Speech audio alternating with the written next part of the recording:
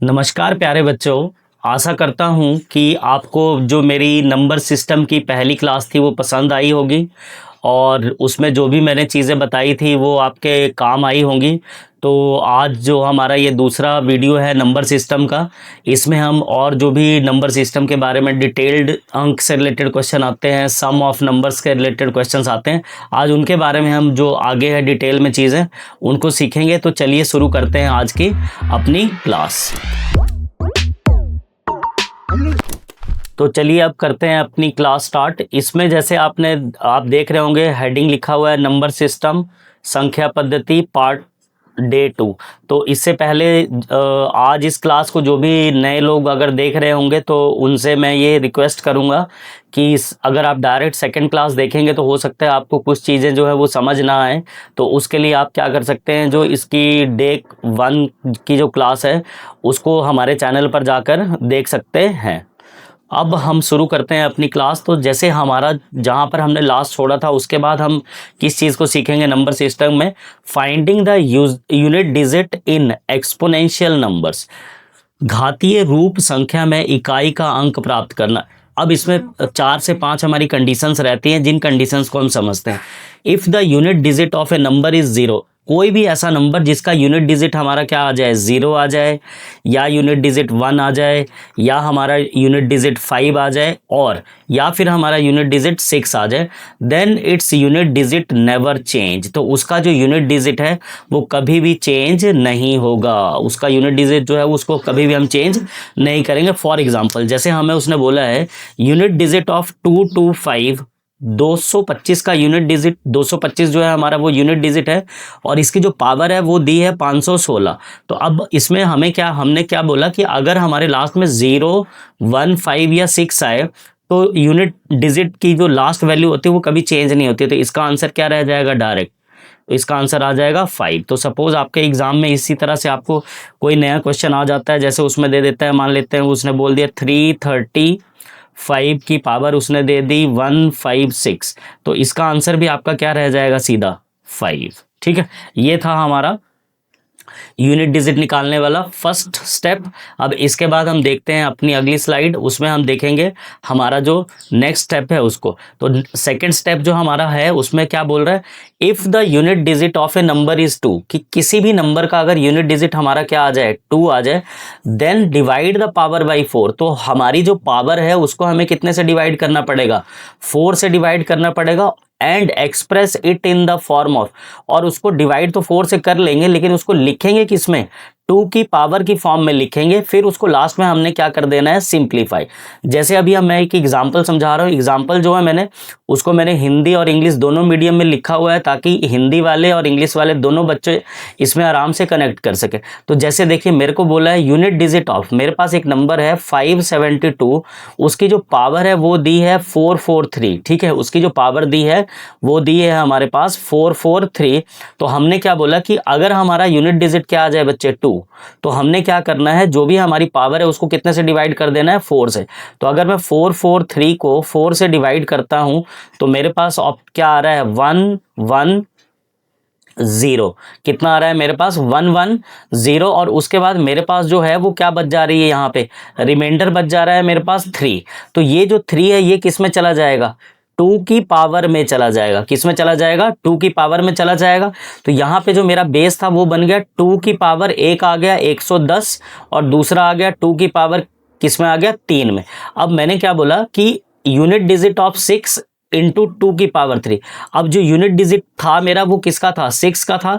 तो मैं पावर किस में ले लूंगा, अब इसकी 2 की पावर कितनी आ जाएगी, 3। ठीक है, तो अब जैसे ही मेरे पास क्या आ गया, 2 की power 4, then the unit digit is 6। कि अगर 2 की पावर 4 हो तो 2 की पावर जो 4 था मेरा वो ऑलरेडी किस में चेंज हो गया, 6 में। यहाँ पे मैं साइड पे आपको लिख के भी बताता हूँ कि मेरे पास 2 की जो पावर थी 4, ये मेरा किस में हो गया चेंज, 6 में। और मेरे पास जो रिमेनिंग बच गया, मेरे पास रिमेनिंग बचा 2 की पावर 3। ठीक है, तो 2 की पावर 3 आप सबको पता है कि 2 की पावर क्या होती है, 3। 8 होती है, तो 8 इंटू 6, तो मेरे पास आंसर जो आ गया इसका कितना आ गया 48।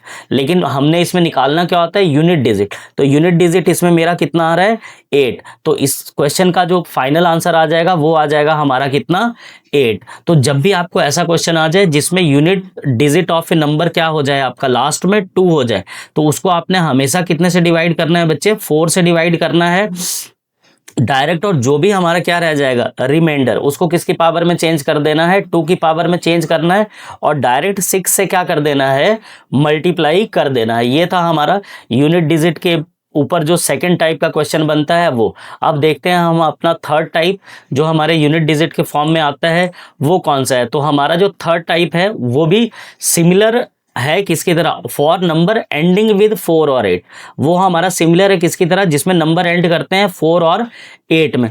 We find the unit digit in the same way, unit digit of 4 की पावर 4। तो जैसे हमने पहले देखा कि अगर हमारी पावर यूनिट डिजिट क्या आ जाए 4, तो उसको भी हम डायरेक्ट किस में चेंज कर लेते हैं 6 में, तो यहाँ पे भी हम उसको डायरेक्ट किस में चेंज कर लेंगे 6 में चेंज कर देंगे। तो इसमें आपको ज़्यादा क्या नहीं करनी पड़ेगी, मेहनत करने की ज़रूरत नहीं पड़ेगी। तो जैसे यहाँ पे हिंदी में इसी प्रकार 4 तथा 8 वाली संख्याओं में इकाई का अंक ज्ञात करें, तो 4 की पावर कितना बोला 4, इकाई का अंक इसमें कितना आ जाएगा 8 की पावर 4, तो सीधा मेरे पास ये वैल्यू कितनी बन के आ जाएगी 6। ये है मेरा इकाई का अंक निकालने का पैटर्न नंबर 3। अब हम देखते हैं अपना पैटर्न नंबर 4। जो हमारा पैटर्न नंबर 4 है वो भी क्या है, if the unit digit of A number is 3 और 7, अगर किसी नंबर का यूनिट डिजिट हमारा 3 आ जाए और क्या आ जाए 7 आ जाए, तो we simplify in the same manner as above, but unit digit of 3 की पावर 4 इक्वल टू 1। बस आपने ये याद रखना है कि 3 का अगर हमारा यूनिट डिजिट हो तो उसका आंसर हमेशा क्या आना है 1, और अगर हमारा यूनिट डिजिट क्या हो 7 की पावर 4 तो उसका भी आंसर क्या आना है 1 आना है। क्या बोला, अगर यूनिट डिजिट किसके बेस में हो 3 में और 7 में, तो आंसर हमारा कितना आना है 1। ये हो गया हमारा टाइप नंबर 4। इसके बाद हम देखते हैं टाइप नंबर 5। तो टाइप नंबर हमारा 5 जो है उसमें क्या चीज बोल रहा है वो, if the unit digit of A number is 9। अब अगर यूनिट डिजिट आ रहा है 9, जैसे मान लेते हैं एक नंबर है 5 3 6 8 एंड 9, तो अब क्या बोला, if the unit digit of A number is 9। Unit digit मतलब लास्ट वाली वैल्यू जो है उसके ऊपर आपने फोकस करना है। तो लास्ट वाली वैल्यू हमारी कितनी है 9। If the power is odd unit digit is 9, if the power is even the unit digit is 1। कि अगर हमारी पावर जो है, if the power is odd, अब मान लेते हैं कि पावर हमारी 3 है तो यूनिट डिजिट जो है हमारा वो क्या आना है 9। अगर हमारी पावर जो है, जैसे इसी में पावर चेंज कर देता हूं मैं 5 3 6 8 9, इसकी पावर अगर मैं ले लेता हूं इवन में 4, तो इसका आंसर क्या आएगा 1, तो इसका आंसर आएगा हमारा 1। तो आपने लास्ट वाला जो हमारा केस है उसमें सिर्फ एक चीज याद रखनी है कि कोई भी नंबर जिसका यूनिट डिजिट क्या हो 9, उसमें दो केसेस बन सकते हैं हमारे। एक हमारा बन सकता है ऑड नंबर केस और एक बन सकता है हमारा इवन केस। अगर ऑड नंबर केस रहेगा तो हमारा आंसर क्या आ जाएगा 9, अगर इवन नंबर केस रहेगा तो हमारा आंसर क्या आ जाएगा 1। ठीक है, चलिए अब देखते हैं अपना अगला कंसेप्ट। अब इसके बाद कुछ बहुत ज़्यादा इंपॉर्टेंट फैक्ट्स हैं जिनके ऊपर डायरेक्ट एग्जाम्स में क्या आ जाते हैं, क्वेश्चंस आ जाते हैं। तो अगर आपको ये वाले जो डायरेक्ट फैक्ट्स हैं या फॉर्मूलाज हैं ये याद हो तो आपके लिए क्वेश्चंस निकालना बहुत ज़्यादा क्या हो जाएंगे ईजी। जैसे हमें बोल रहा है फैक्ट नंबर 1 है मेरा, sum of first n natural numbers. अगर मेरे को फर्स्ट n नेचुरल नंबर्स का क्या निकालना हो सम, तो हम डायरेक्ट एक फॉर्मूला लगा देंगे n प्लस 1 की पावर 2।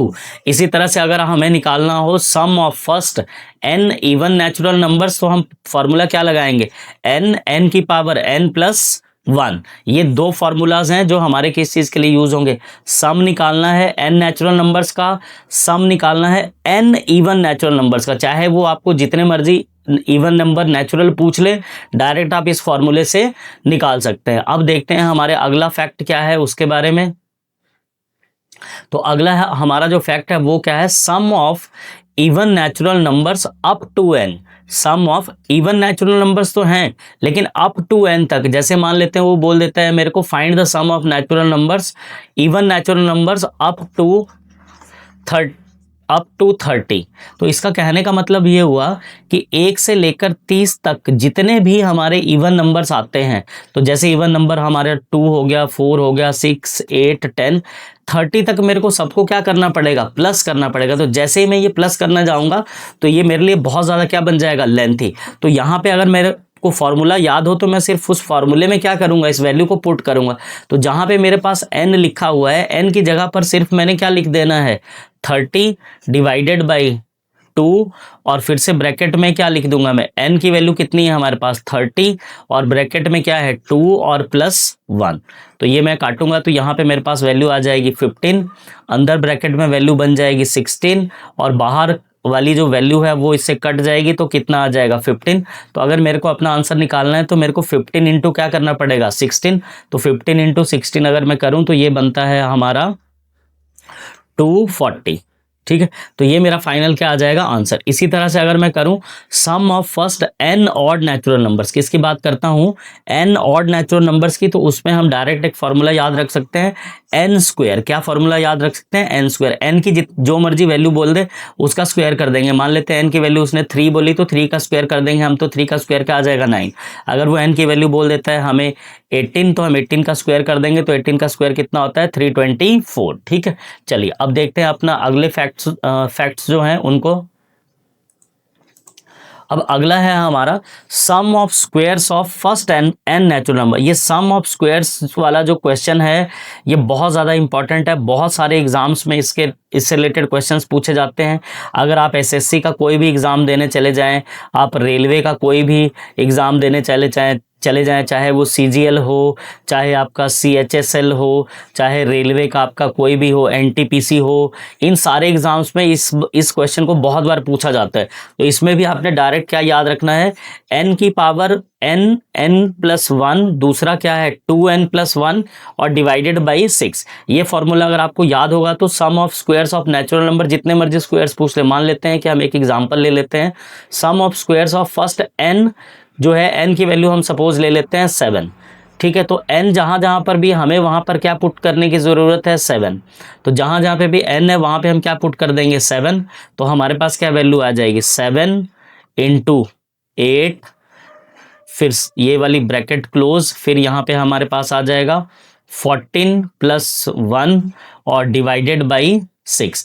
तो 8 7 जा हमारे पास आ गया 56 इंटू 15 अपॉन 6। तो 6 के टेबल से अगर इसको काटते हैं तो 8 6 9 6 जा 54, 9 पॉइंट समथिंग वैल्यू आएगी, और उसको कितने से मल्टीप्लाई कर देंगे, 15 से।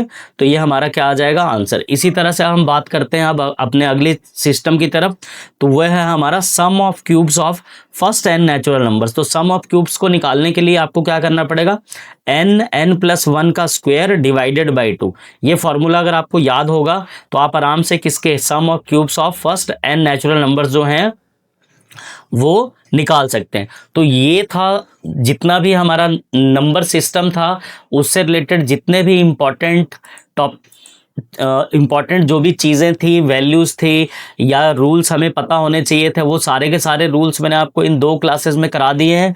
एक बार मैं दोबारा से कहना चाहूँगा लास्ट में कि जो कोई भी पर्सन इस क्लास को फर्स्ट टाइम देख रहा है, उनको अगर ये चाहिए हो कि फर्स्ट वीडियो देखना है तो चैनल के जहाँ पे ये वीडियो ख़त्म होगा वहाँ पे इसके साथ में हम लिंक भी डाल देंगे, तो वो आप डायरेक्ट वहाँ से जो हमारी फर्स्ट वीडियो है मेरी नंबर सिस्टम की, उसको भी देख सकते हैं।